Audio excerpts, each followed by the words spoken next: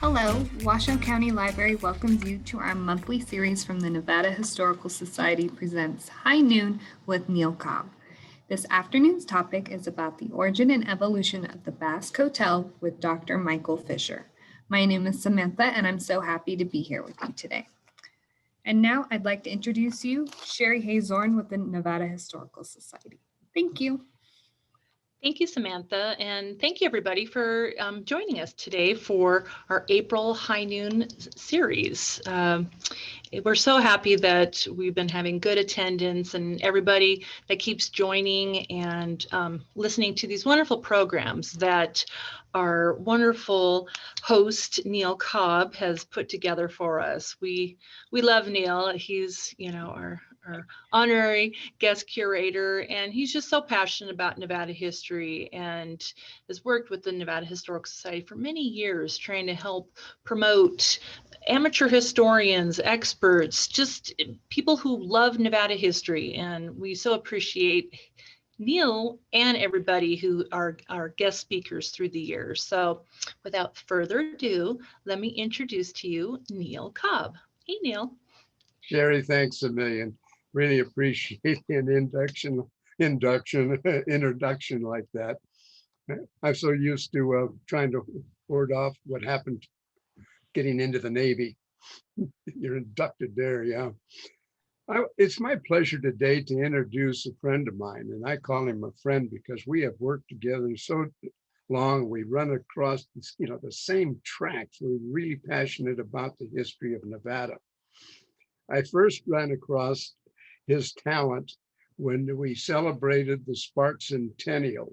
And of course, he does the Chautauquan as Governor John Sparks.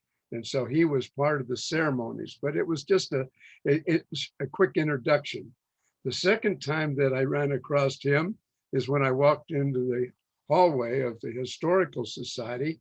And here's John. He's standing there. Michael, not John. I'm both. Is standing right there, and he looks like he's waiting for somebody. And he says, "You are Neal, aren't you?" And I says, "Yeah." And he sticks his hand out and he says, "I'm the new director of the Department of Cultural Affairs. My name is Michael Fischer, and I want to meet anybody and everybody that is making things happen at this facility and all of the other ones that my department represents." And he was dead serious on that because this is one of the most likable guys by all of the different staff of all of these facilities. What he said is exactly what he meant. Now he was appointed by Jim Gibbons in 2007, and this is when I met him, 2007, officially up there at the Historical Society. And he worked all the way into the Sandoval administration. But in the Nevada State wisdom, they combined both of the different departments, the cultural affairs, which they had the best man in the world for that job, and went ahead and combined the tourism with it and eliminated his position. So I thought that was just absolutely terrible. If you've ever seen somebody that should be where they were and eliminated because of politics or saving a buck, it's hard to justify in my world. But he was a dentist before he retired and got into all of this. He was a graduate up at the University of Nevada in 1971 with a Bachelor of Arts in Science. And then he wound up going into dental school. And so the University of Southern California, he graduated there with a degree in dental surgery in 1975. He's been involved with so many different things since then. He was a Douglas County commissioner for 2 terms, and he was a chairman multiple times. He is a person that was on the board of the Folk Life Center up in Elko, and of course had things to say about what's really a bit made Nevada famous is our cowboy poetry. And he knows all of these people and they all love him too. other things that he's done with a Thunderbird Lodge and another Chautauqua performance that he does is with H.F. Danberg. And of course, he is really involved with the conversion of the ranch, the H.F. Danberg Ranch, as a national attraction located in Douglas County. He's out there working all of the time to get some light on our wonderful history. So at this time, oh, wait a minute, I don't want to forget, his wife is one of the neatest people that you ever want to meet. Her name is Janet, and she is just a wonderful lady. He's got two beautiful daughters, Jennifer and Meredith. And I think that's going to tie this up. I want you to welcome Mr. Let's go with Dr. Michael Fischer. Thank you, Neal. Thank you for the kind words. I prefer to think that I'm a recovering dentist, much like people that like to drink too much are recovering something else. I do like Nevada history, and I am honored to be here, honored to share the screen with you and Sherry and the others. Today, our topic is the origin and evolution of the Basque Hotel. For many people, they go, what's a Basque Hotel? Well, hopefully in the end of this, you'll understand not only how they came to be, how they ended up going away and converting into something else. For some people, the whole idea of who are the Basques, not many in Nevada.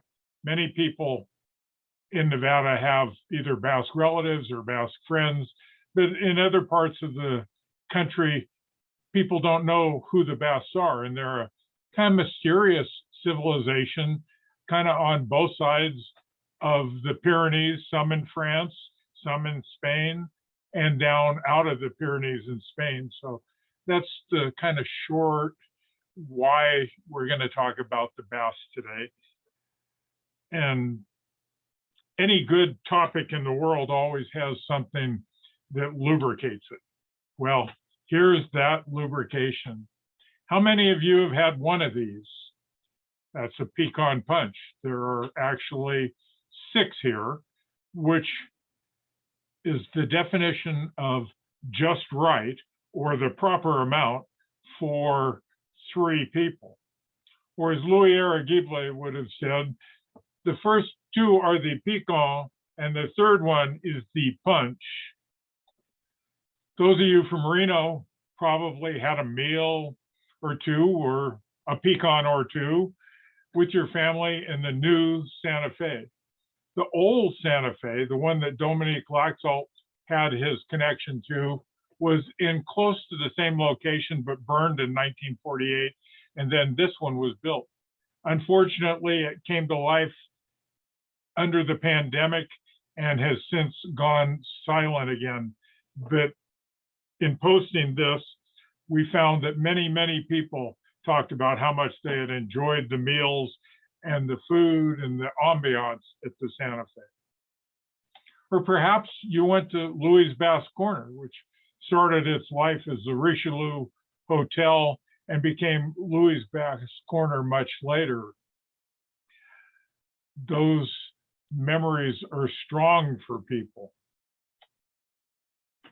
Well, here, maybe you had an evening at the establishment known as the J&T.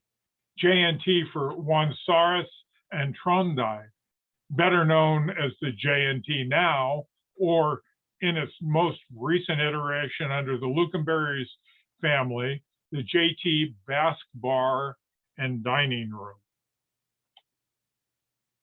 How about the Martin and their bread pudding? If you've ever had the Martin's bread pudding after a visit to the historic ranches in Paradise Valley, you had a memorable experience. By the way, the pecan punches are common to all of them. Maybe it was returning from a camping trip in the Rubies, a huge steak dinner with all the trimmings at the Star. All of these fabulous places where today we enjoy or have enjoyed sumptuous meals had a period in their history when they were Basque hotels or Basque boarding houses. This is from that area on each side of the Pyrenees. The Basques came to America in pursuit of economic opportunity. As the 20th century began, there was little chance of making a better life in the Basque agricultural regions of France and Spain. Under the principle of primogeniture, the oldest son or oldest child would inherit the family farm. Most farms were small and could only support one family's needs. On the other hand, the normal Basque Catholic family was large. If they stayed in the old country, either France or Spain in the agricultural region, the younger boys had little or no hope of ever being prosperous. Therefore, many young Basques came to America and to the American West, where the possibility of success was enormous. The young men and women who arrived in America had at best, and this is an important point, a rudimentary education. Most did not speak any English. What they had learned in the Basque Country was to work hard and to be frugal. Their familiarity with livestock, their strength, in fact, they have a word, endara, and their dogged determination made them a valued asset on American farms and ranches. Can you imagine doing that whole side hill with those forks, putting them into the ground, pulling it up, not plowing with an ox, not anything else, but doing the entire side hill? And they literally did that. They knew very well how to work hard. Many who came to America became shepherds, but that life was solitary, and if you look, lonely. For the Basques who emigrated here, the Oshtatu, or Basque Hotel, became a home away from home, which is also the title of an excellent book on Basque hotels by Dr. Jeremina Echeverria. Shepherds endured months of almost total isolation as they moved from the lambing pens and shearing shack to the lower grazing areas, to the high meadows in summer for summer pasture, and then back to the desert ground for the winter. Their only human contact was once a week, a visit from the camp tender who brought the supplies necessary for survival. You can imagine looking at that picture, just how lonely that existence was. And if you sincerely think about that lonely existence, there was a term which was often used in the 1900 to 1920 newspapers, where Basque shepherds went insane from loneliness, literally. They were called, or the term for the affliction was called being sagebrush, and it was purely the loneliness. It also led to some really interesting things, like the arboglyphs in the mountain areas on the aspens, where they, out of sheer boredom, would put their name and a date, or perhaps draw a picture of a beautiful woman with their pocket knife.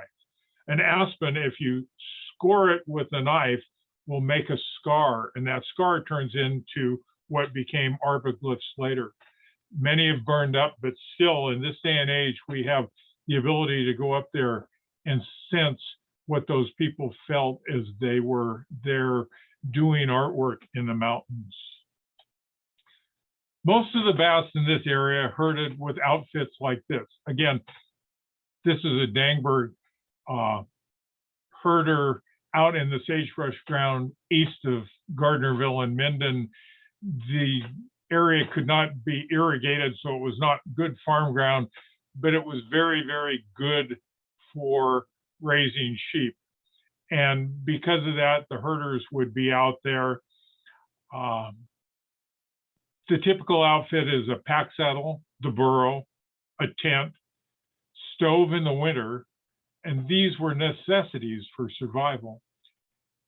After they would come in, and I can't point, I wish I had a pointer and a screen, but behind the tent toward the mountains is irrigated pasture land. In the spring, they would come into that and then into the lambing sheds and shearing sheds.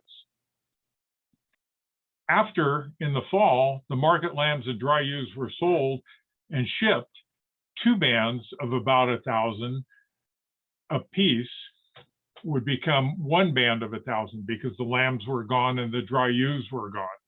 Well, if you needed 2 herders for 2,000 sheep or 2 bands of 1,000, when you only had 1,000, you only needed 1 of those herders.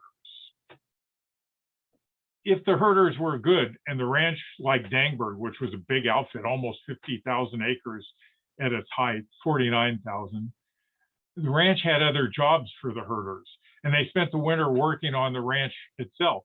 They did mundane things. They straightened nails. They pulled the nails out of boards that had come off fences or from buildings that had been torn down, and then they straightened the nails only to be used again. Frugality made those ranches profitable, and it was work for herders on the big places. But if a ranch only had 2 bands and it went down to 1, they didn't have enough work for that herder to be able to stay on the ranch and work.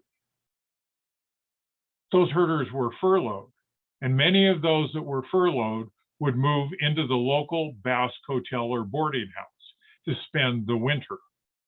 Now, if you think about it, one herder's out in the desert and the other herder has no income, but he's living in town. So we'll get into that a little tiny bit more.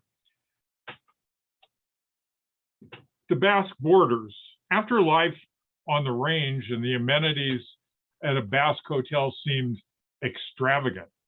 Food was varied, obviously out with no refrigeration in those camps. They were able to keep hard cheese, hamon, dried ham. They could butcher a lamb and use that for camp meat.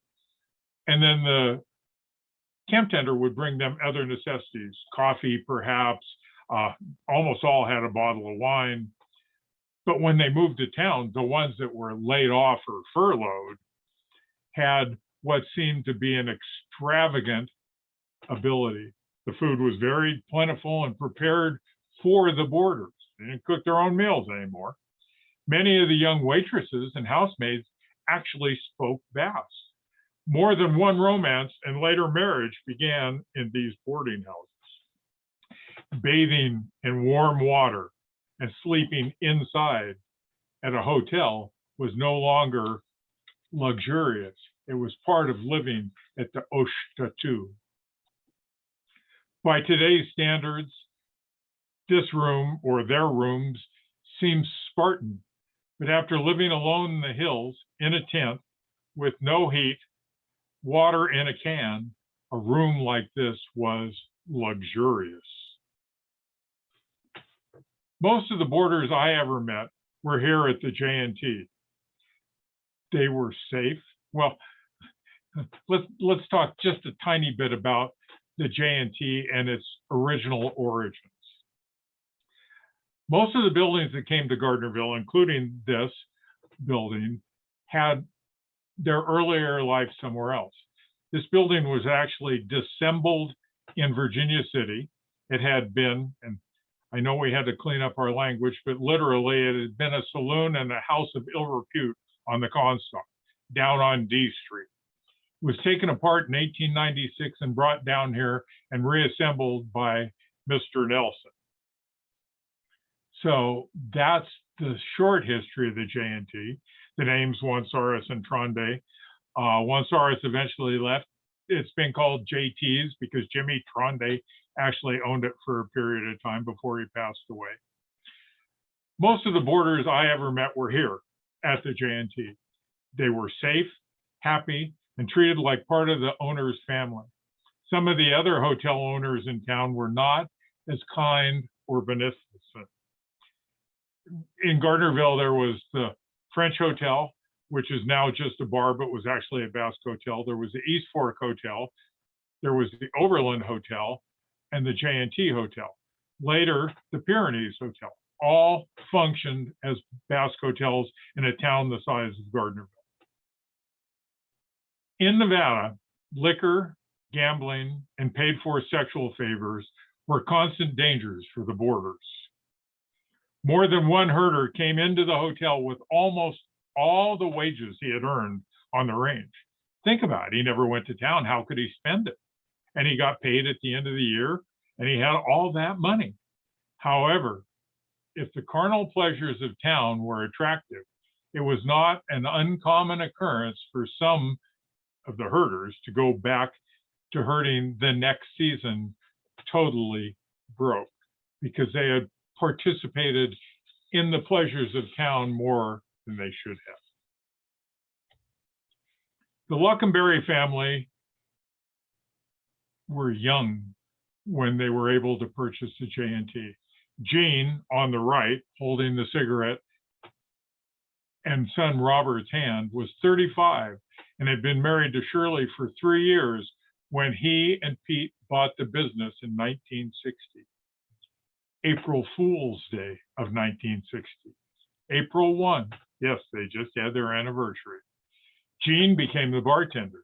Pete, on the left, became the cook. And Shirley, the young pretty woman in the center, ran the front of the house. The hotel owners had a busy life. 3 meals a day had to be prepared, served, the kitchen cleaned, and the dishes washed. Daily attention was given to the boarders' domiciles. The bar was open until late at night. Most hoteleros, the man who ran the hotel, and hoteleras, the woman who did the other portions, put in 14 to 16-hour days. After the hotel work was completed, the personal needs of the owner's family had to be addressed. Finally, most boarders had needs beyond their own abilities. The owners became medical attendants, cab companies, and personal bankers. Remembering that most of those young herders did not speak English, the boarders simply could not undertake these tasks without help. The 1960s were also a time of change for the business. More people, non-Basque people, were enjoying the Basque family-style dining. And in this day and age, family style is exactly what it was. I know my family went to the Winnemucca Hotel on various occasions, or the ones in Reno. Everybody sat at the same tables, whether you knew the people or not. You knew them soon enough because you talked and enjoyed the ambiance. Dinner came on huge platters of steaks, huge platters of spaghetti, whatever was being served for the day. Now, make no mistake, the boarders didn't eat steak. Steak and fancy lamb chops and other things like that are an iteration as the hotels evolved into prime restaurants. But at this time, dining was family style. 2 meals, one at 6, one at 8. Fewer and fewer Basques were coming to America as herders. So they had to embrace the change and learn to serve the Anglos rather than Basques. No longer did the hotel function as a winter residence for young herders. The hotels were transitioning into retirement homes for older Basque men. Still, there were long hours, and there was not always time to find the proper babysitter. You'll see one of these kids in a later picture. I'm peeking around my notes. That's Robert and Marie Louise Luckenberry. Marie was very kind to allow me to use these pictures and told me that if Child and Family Services saw this picture today, they would all be in jail. Still, the long hours went on. There was not time to find that babysitter. The kids would grow up with a lot of adult contact, making them the perfect inheritors of the traditional hospitality and good fellowship, which was liberally mixed with the ever-present Basque work ethic. As the resident herder population aged and the retirement community increased, the boarders often did chores to help pay for their room and board. Pictured here is the last of the J&T boarders, J.P. Etchemendy, peeling potatoes for the restaurant's traditional and delicious French fries. Look at the sacks of potatoes. No pre-made ones there, all peeled, all cut, all fried in-house. The border I remember best, again, in the retirement age. I came to Gardnerville in 1975, and the last shepherds had long since arrived from the Basque country. Many more Peruvians or Argentinians were working for the Dangberg Company as herders.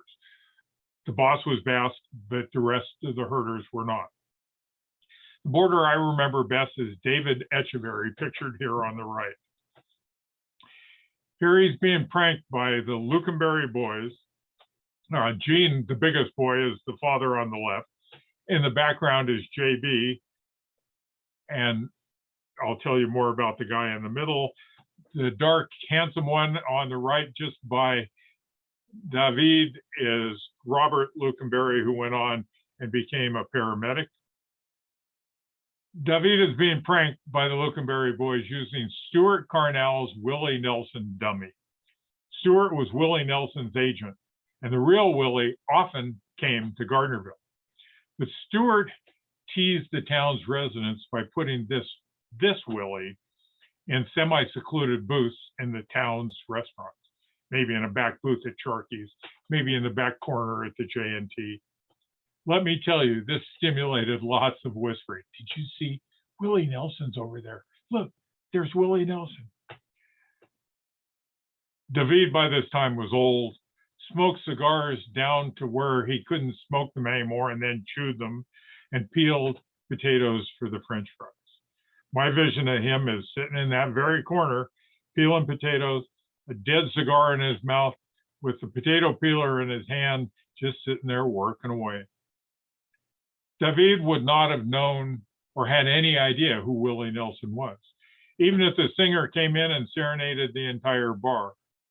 The picture is a metaphor for Basque independence and seclusion. David was his own person and remained so until the end. Well, the last borders passed on. The hotel no longer functions as a hotel. And a new generation of Lukenberries carries on the tradition of great food and unbounded small town hospitality. Today, you can experience the family style service and yes, even have a pecan punch. But remember, no more than 2. So that's the end of mine. And one last point, if you look in the picture, you have Tirani Amer, and on the left is Pecan. There is no longer in America Amer Pecan, which is the actual basis for the pecan punch we started with. But Tirani, out of San Francisco, makes Tirani Amer a bitters, and that's why we can still have pecans today. So if there are questions, I'd be happy to answer them or anything else. But I thank you for your time and paying attention and listening. And it's really weird because every once in a while I crack a joke and I'm used to hearing someone laugh. And I was waiting for him to laugh and I couldn't hear. Well, let me read the questions, Mike. Let's see. All right, we have a question asking, what is Dr. Fischer's Basque connection or interest? I guess, what got you interested in the Basque? It's kind of an interesting story in the sense that when I came to Gardnerville in 1975, after getting out of dental school, I was single and I met a number of the Basques from around town because they were there.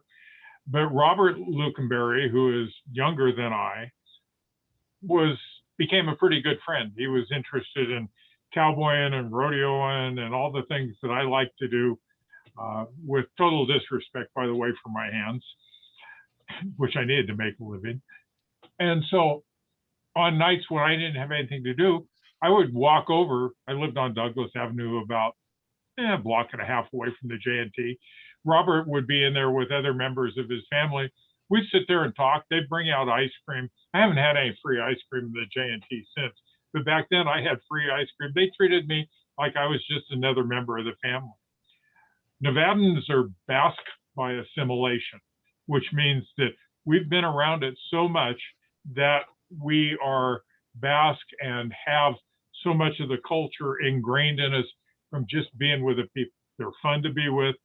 They are hard workers. They're honest. They're decent, and they're nice to be around. So I claim to be Basque by assimilation. That's good. I like that. All right. There is another question. Is the Winnemucca Hotel still operating? And is there a Basque restaurant in there? No, the Winnemucca Hotel was torn down. The last time I was in Winnemucca, which I didn't go to Cowboy Poetry because they didn't have it because of the pandemic last year. So it would have been the year before. There were still some walls of the building, and I don't know if they had some idea of retrofitting and using part to go forward or not. But no, mainly the Martin. I don't know about Ormachia's either, which is across the street from where Kenny Tipton Saddle Shop was. Okay. Yeah, because that was the final question. Was it in competition with the Martin? But you mentioned the Martin. So let's see. Okay, we have another question. What Basque hotels are still operating in Reno? Louis is, and none as a hotel. None of them operating as hotels. The edifice is still there for the Santa Fe, and we can only hope that someone would buy it and turn it into, functioning and livable restaurant. The Louis is going strong. I mean, the last time I was in Louis was the 100th anniversary of the SA house at Nevada, and it was a hopping place. I mean, it was Friday night at Louis was well worth attending. Okay, yeah, I was gonna say that was kind of my thought. I was like, that was the only one. I have another question for you. Was the Dangberg Ranch also a cattle ranch? You had mentioned sheep, but did they also have cattle? The interesting thing about Dangberg is that it was almost totally integrated in the sense that they had cattle, sheep, hogs, they raised grain, they raised alfalfa. Okay. They had on their very own property a railroad, which was the V&T, ran almost entirely on Dangberg property from Minden to Carson City. And even H.F. Dangberg had a pass. He never had to pay to use it. He could go at any time he wanted because of the right-of-way that they allowed them to have. They shipped cattle. Everybody shipped cattle out of Minden. They would literally drive, like Dresslers, which are south of town, would drive south and west, drive cattle or sheep, whatever they had, to Minden, put them on the train, and then they would go on the train to Reno, transfer to the Overland Express, either going west to San Francisco or east. Now, the Dangberg Company also had originally the Minden Inn was built by the Dangberg Company. Minden Wool Warehouse was built by the Dangberg Company. So they had other stockholders in those, but they were fully diversified. They had a slaughterhouse on property at the home ranch, and they were able to produce hog hams for the Minden Inn for sale in a butcher shop. I mean, all kinds of different things. Each ranch had that ability, and they had their own minor dairies, so they produced milk also. Okay. We do have, let's see, another question. Would you be able to talk a little bit about the sponsorship process of bringing a Basque family or members to rural Nevada back in the day? I'm not extremely knowledgeable. The whole immigration thing is not new to our time. Most of the Basques, and not to delve into politics in a negative way, ended up being Democrats because Pat McCarran was very, very strong in importing Basques to Nevada to help his loyal supporters, the ranchers. Consequently, even though he was kind of an anti-immigration guy in most stuff, he worked very, very, very hard to get Basques in America. In one sense, there was a form which I've seen, but I've not paid as much attention as I should, in the 50s, where you could sponsor someone for like 3 years, I believe it was. They would come and work, and then they'd have to go back and get another immigration visa to be able to stay another 3 years. I don't know that process that well, but it was a process, and it probably would not have existed except through Pat McCarran. Well, and what role he was at the time, in the late 40s into the early 50s, yeah, he definitely had a lot of sway. And just like Pittman beforehand, was being the first senator pro tem, they definitely had a lot of influence that the state benefited from. So I do have a question. Somebody had mentioned that they loved getting ice cream and a slice of dry cheese at Louis Basque Corner. Is that like a traditional Basque dessert, having kind of the sweet and savory? I know I've heard in Europe, a lot of times you end up with, like your cheeses and other things kind of end the day, and that helps clean your palate. But I don't know. Do you know that? I do. More common at the Santa Fe. Santa Fe almost always served hard cheese. If you go to the Basque breakfast at the J&T, you finish with blue cheese and hard jack. Hard jack and jamon are products that were dried, and because of that, they could take them to the hills. Robert Laxalt in his book said, we were an immigrant family. We peeled fruit and ate hard cheese. That is a traditional dessert for them. It's something that without refrigeration, you can still have. In other words, the hard cheese rather than this, we all think of soft jack and pepper jack, but the hard jack with a slice of an apple is absolutely scrumptious. And that's how they often close grapes and hard jack. And not entirely Basque. I mean, to a certain extent, maybe not jack cheese, but the Italians do similar things at the end of a meal. Somebody did have a question. How do you spell os tattoo? You were using that term when you were talking, and I'm probably slaughtering it. So how do you spell it? Do you know? It is O-S-T-A-T-U, but the S is pronounced like S-H in Basque. So it's Osh tattoo. Okay. So, but it doesn't have the H in it. It's just the Basque language is not Indo-European. It's totally different. It's its own. And it's agglutinative, I think is the term they use. They just keep adding things on to the end, like Ashtatuak, and it's very interesting, but I would hate to try and use it other than one word here and there. So what does it mean? I'm sorry. Oshtatu is the Basque hotel. Oh, okay. So that really means the hotel. Okay. That's the Basque word for a Basque hotel. Okay.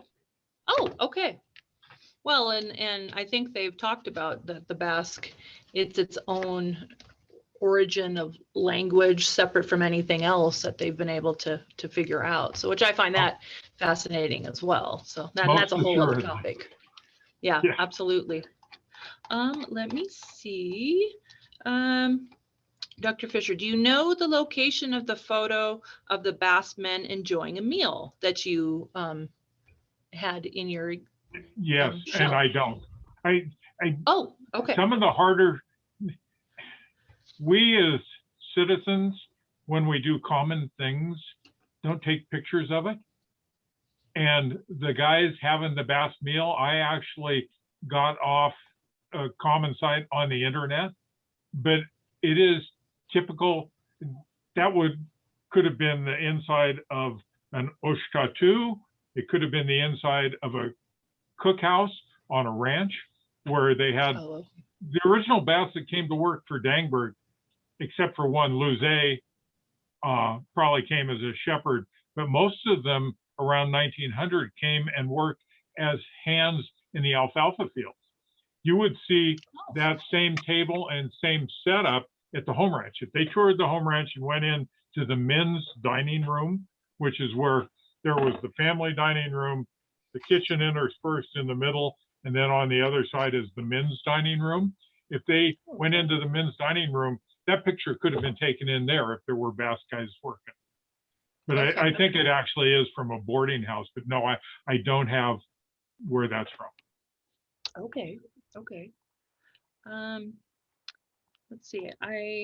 We've just had some wonderful comments, people talking about, they love Robert Laxalt's books and, mentioning Sweet Promised Land, that they like.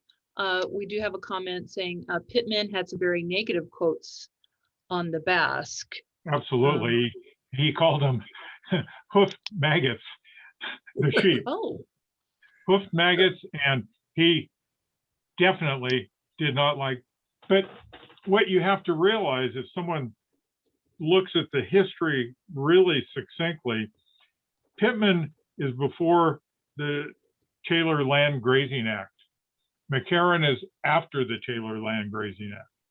Before that act and the BLM came into existence, the itinerant shepherds came through and destroyed feed, used water, paid no rent. After that act came into existence, you couldn't do that without owning ground. So the very people that were injured before that by the itinerant shepherds used that same ground themselves for their own sheep later on. Sparks has a whole history of keeping itinerant shepherds, not Basque, but probably Scandinavian Mormons off his property with Diamond Field Jack Davis and the murders of shepherds up in Albion County, up in southern Idaho.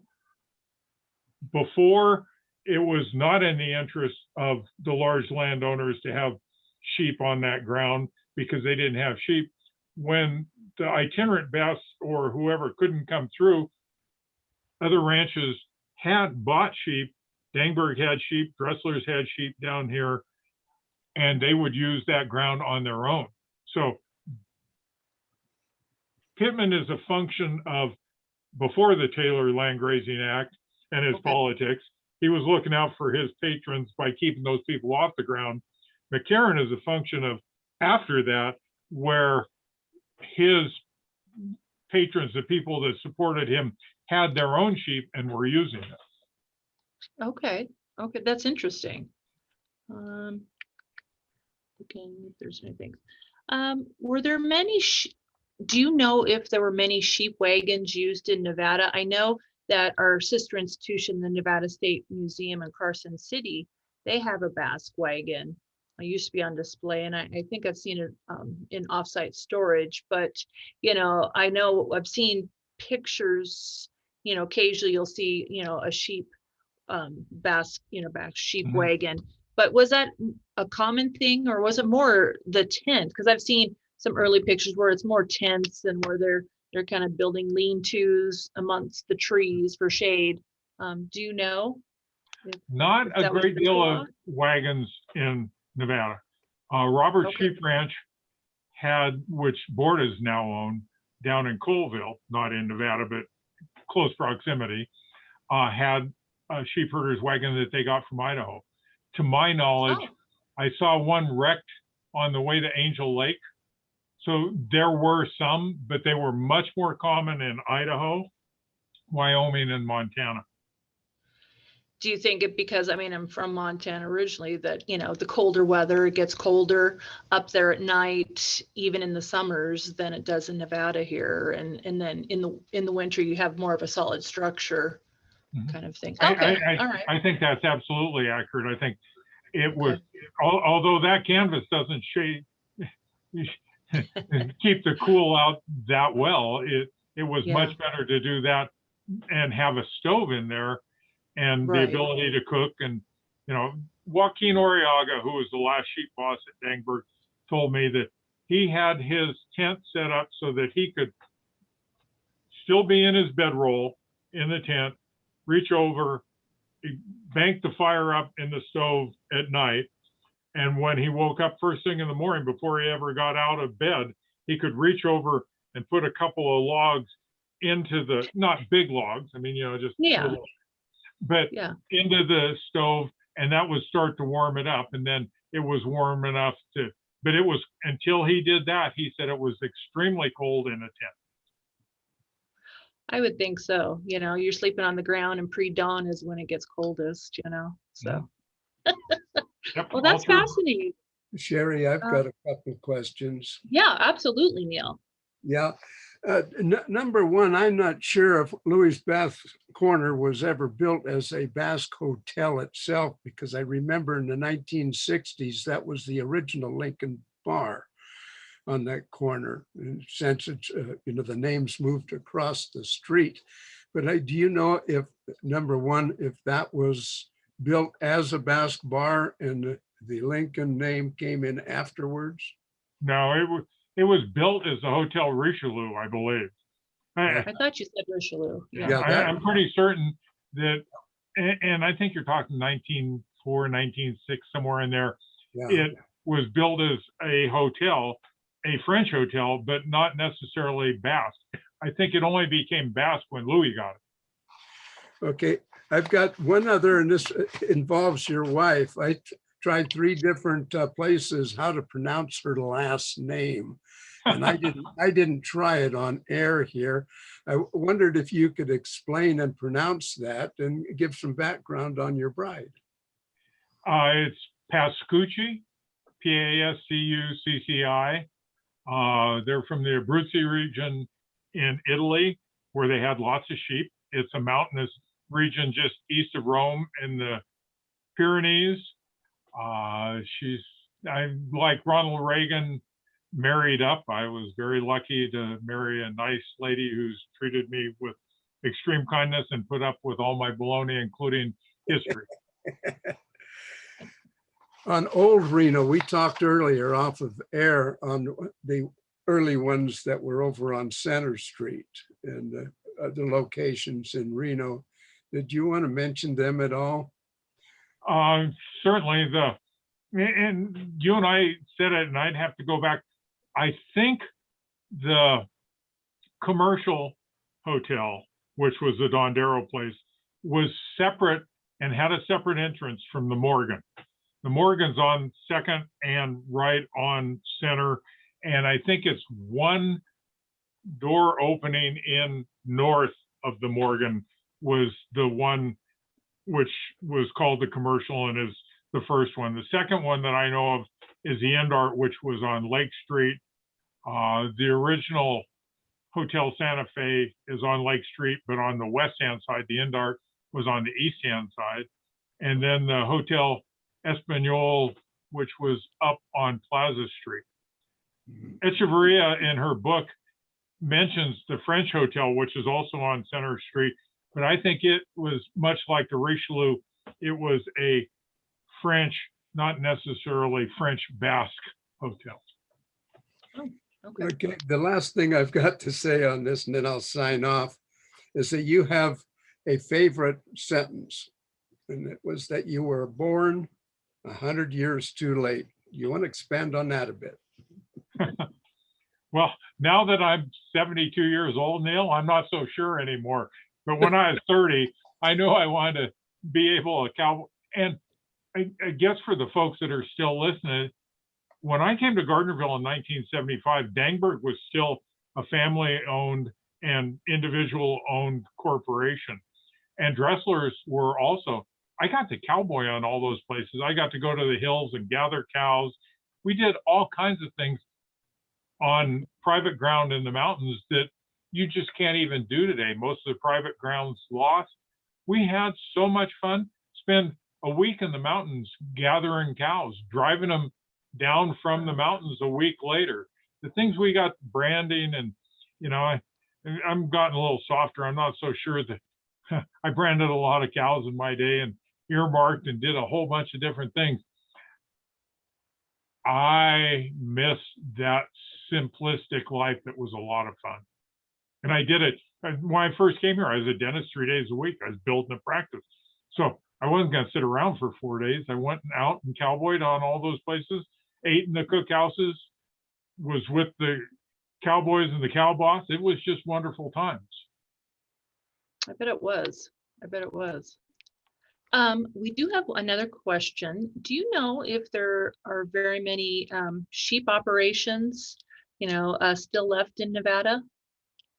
And the answer to that is no. There are not many left. Bordas border, that's funny, Bordas border Nevada and California. In fact, their sheep will be behind Carson City eating cheatgrass this month to reduce the fire danger. Only a Basque could get paid for reducing fire danger and feeding his sheep for nothing. They're very frugal and smart people. But the Bordas have it. Fulston's in Smith Valley have a very large sheep outfit, again, that borders back and forth between Nevada and California. Dresslers are no longer in the ranching business with sheep. Dangberg no longer has sheep. Most of those places, like the dairies in Carson Valley, are gone. In rural Nevada, and no disrespect, I just don't know it as well, but in rural Nevada, you have Paris, the Paris farm ranches out in the Ely area, and Dufresne up in northern Washoe County. And I'm sure there are more. I'm just not that familiar with all of those. Okay. But, the Spanish ranch, I think, is probably, which is Ellison family ranching now, but I think the Spanish ranch may still have some sheep up in there also. Okay. Okay. Let's see. I thought I saw one more question. Can you tell a little bit about the rebirth of the Dangberg Ranch? And is there any plans to celebrate the Basque history of Carson Valley? Well,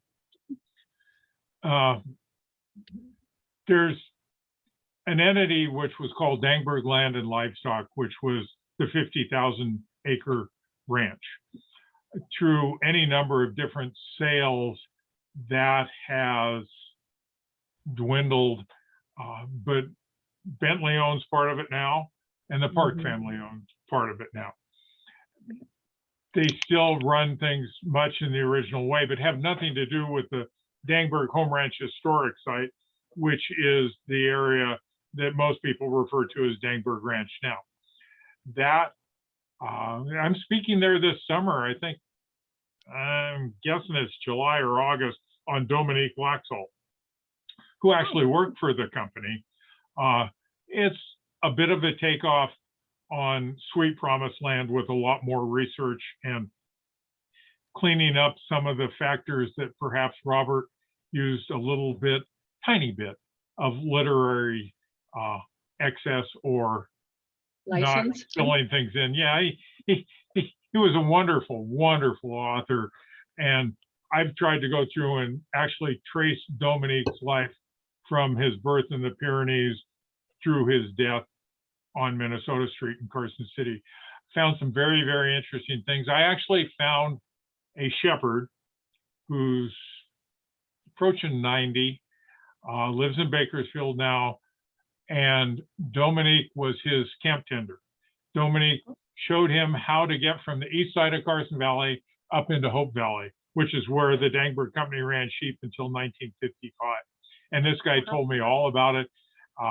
What Dominique liked most about being a camp tender was he didn't live in that tent anymore. He didn't have to worry about keeping everything together. He went home and slept in his bed at night. That's good. I like that. Is there anything else any other comments you can think of? I mean, we've had wonderful questions that the audience has put forward. And, just thank you as always. We appreciate having you as a speaker. So this one was a little bit different for me. Like I said, I really like to feed off the audience, and the audience I hope was there for you, but it was interesting. It was quite a format. I'm ready. As you well know, the last thing that I will say, I have one on the history of the Pecan Punch, including its actual derivation, its Reno connections, when it came to Reno, where it came to in Reno, and the building still exists. And I want to do that one live at the Historical Society. No, that'll be good. Yeah, we'll definitely do that. So, well, thank you, everybody. That's wonderful for you guys for signing up and coming today, and Dr. Fischer and Neal, of course, but the library. We always want to thank the library. They've been such strong supporters of the Historic Society and helping us promote great topics of Nevada history, and just getting it out there, and they're just wonderful, and we so appreciate it. So let me send it back to Samantha. Thanks, Samantha. Yes, thank you. This was a wonderful presentation.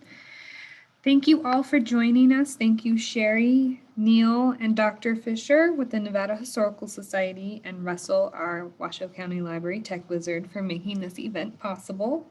Don't forget to sign up for the next live event with the Nevada Historical Society on Thursday, May 20th at 12. The topic will be preserving one of the UNR Gateway District homes. To sign up, please visit events.washoecountylibrary.us. If you want to see what's coming up, you can go to events.washoecountylibrary.us, where you can also access our virtual explorer with it's a publication listing of all our virtual events and resources. And we look forward to seeing you next time. Thank you, everybody. See you next month. Thank you. See you next month. Bye-bye.